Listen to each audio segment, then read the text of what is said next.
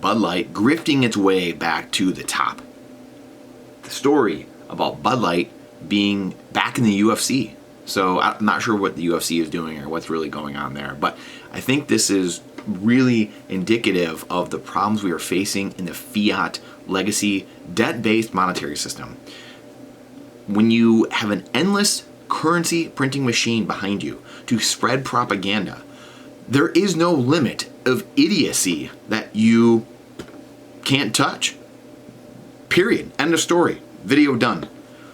When you have your buddies at the Fed, your government cronies that can print endless amounts of currency, which is then subsidized by your time and energy through inflation, currency printing, everyone just pays higher prices across the board because of it. There is no limit to your idiocy. Bud Light, a great example. You can do the dumbest things. The car companies 10, 15 years ago can do whatever they want and not be punished because they get bailed out. Another example of this, in something I've talked about for a long time, many of you here in the community, we have talked about, which is when you are able to take other people's time and energy through currency printing and spread it back through as a megaphone and incentivize, brainwash people. There is no, like every commercial, right? If you're in bed with all these companies, government, and this private-public partnership, you're in bed with all these companies. You can spread propaganda and spray it around all the time, every single day, and you have no idea what's actually going on. Again, Exhibit A was that. Exhibit B is this. Bud Light paying, incentivizing people to keep their beer on the shelves. So in my pragmatic world, my naive world for the last 36 years, I think, well, merit, accountability, that should take over, a free market, yeehaw! No. That's not how it works. Bud Light paying, whether they have the cash or not. Now, you can go look at their balance sheet. Sure, that's been verified. You can go to their balance sheet, go to Yahoo, I'm sure, look at their balance sheet, if that's even the real one. Go look at their balance sheet. I'm sure they've got the cash in the balance sheet, whatever. Side note, Bank of America is apparently insolvent if you take their unrealized losses with the bond market and stuff like that. So nice work. Government, Biden administration, whoever, the Fed, making banks insolvent. Some of the biggest banks in the world. Anyway, I digress. But when you have unlimited currency printing, you can then incentivize the most ridiculous people in the world to do whatever it is that you want them to do. When you have these incentives working in the background and saying, hey, we'll give you $100 million to just put this beer on your shelf anyway, make people think it's there. I mean, hilariously, I was over the last handful of months, like I'd go into the store, if you go into a gas station or a liquor store or something like that, or a beer store, you'd like look around and like, oh, is there Bud Light here? And I'm like, wow, it's still here, huh? Like interesting, very interesting. I thought it was going away. Well, come to find out, they were incentivizing people, the stores, to put it on the shelves. Here you go. And cash talks, right? In a fiat debt-based system, when you are scratching and clawing, when mom and pop shops, whoever it is, big and small, are scratching and clawing just to make a buy because their dollar, their fiat is losing value every single day. Everyone's got their number, and people roll over. They go against morals, ethics, values, and they, okay, sure, I'll take that incentive, I'll take that bribe, and I'll put it on the shelf. And this is not to condemn any one person. This is a condemnation of the entire system. At this point, like when I was younger, I used to think like, oh, why would you do that? I was too judgmental, and I would judge the individual person. Now, the individual person does have a place to play in this, right? We all have to pick up our cross and lay down our life. And that's, if we were all doing that, then there wouldn't be any of these problems on Earth. But I digress. So the system itself, though, it incentivizes this behavior because now you're looking around and saying, hey, I'm going to go out of business. I can't make rent.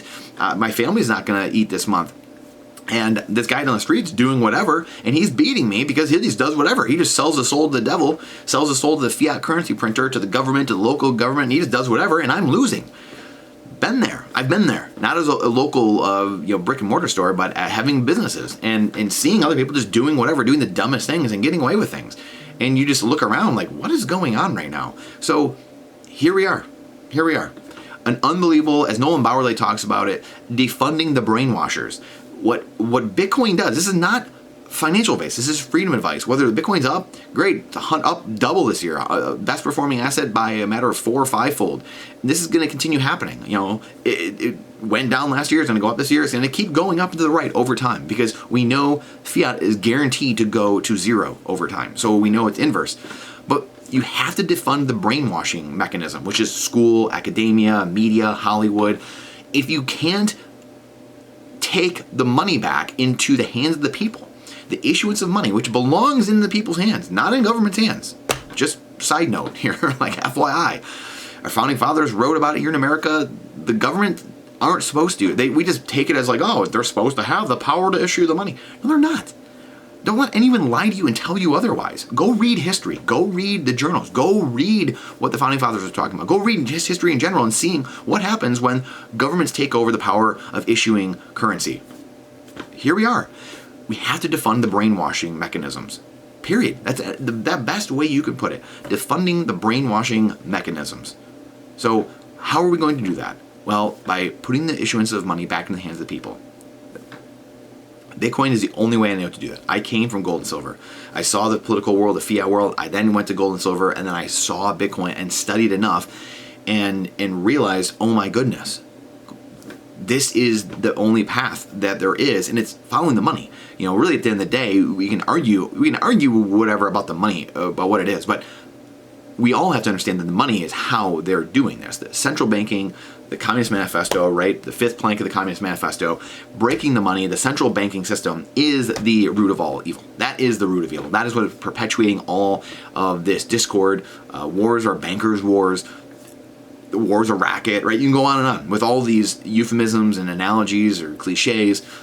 This is how the game works. And if we don't take the purse strings back into our own hands and we don't let the government know they work at the consent of us, again, in the founding documents, this is not me saying this, then we are going to continue having problems. We're going to continue having people up there, Biden and Yellen this past week. We're going to have more people in the future doing it. The next president, the next Fed head, the next Treasury. We can supply 10 wars at once, not just 2 or 3, but 10 wars, then 100 wars. We're going to have 100 trillion in debt on the main balance sheet. We're going to have 500 trillion, a quadrillion off balance sheet, and then probably on the balance sheet. This is going to perpetuate. This is going to get worse. More wars, more chaos, more unrest before it gets better. But there is hope. There is hope. But it's the decision. I still have people comment on here. I still have people have comment all over. Oh, well, that's not going to happen soon. No, well, this and that. Well, maybe pragmatically it might not happen tomorrow because not everyone's ready to say yes. But at the end of the day, all it is a bunch of individuals collectively getting together. Not collectivism, but individuals collectively coming together and deciding this is what we're going to do. Tomorrow I wake up, I'm not using the dollar anymore. I'm not using fiat. I'm not using that scam. Boom, 3, 5, 10% of people do it. Night, dollar's gone. See ya, bye. It's that fast. It takes a second to make a decision, and the whole thing comes down on itself because it's not based on anything. It's based on debt. It's based on false reality. That's as easy as it is. So people can, oh, it's going to take decades and people are never going to do it. Well, they can, and we will. It takes a little bit of time, but then all of a sudden, things switch. Hyperinflations, the inflations of the world, and hyperinflations where all government currencies have gone to zero over time. So we know that's the end game. What are we going to do about it? Make a decision. Be the change you wish to see in the world. Build the future you want to see. There is no fix in the current fiat debt-based monetary system.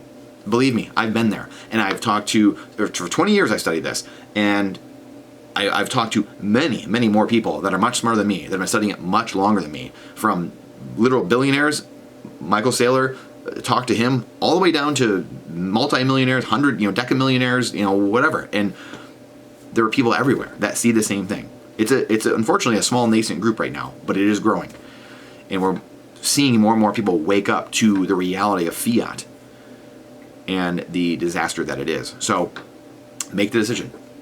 Be the change we wish to see. I appreciate you coming to my TED Talk. Please share this out because the algorithm hates truth. Trust but verify. Question everything with boldness, even the existence of God himself. And this is not financial advice. It is freedom advice. I look forward to seeing you on the next one. And please, please before you leave, check out some of the videos we just did this week, because they're incredibly, incredibly important. Why money must be hard to create. Some really, really important videos talking about the wars, talking about the 5% interest rates right now we have going on. All these videos are the last handful of 5 or 6 videos that I've done. Biden and Yellen, getting the wars perpetuated here. The FinCEN coming after, trying to attack Bitcoin and scare people. And then again, an important warning for Bitcoin, how to hold it. That was the one yesterday. Please go check those out. Really, really important. Please share them out. How to hold Bitcoin and make sure you're safe from the coming chaos. See you on the next one.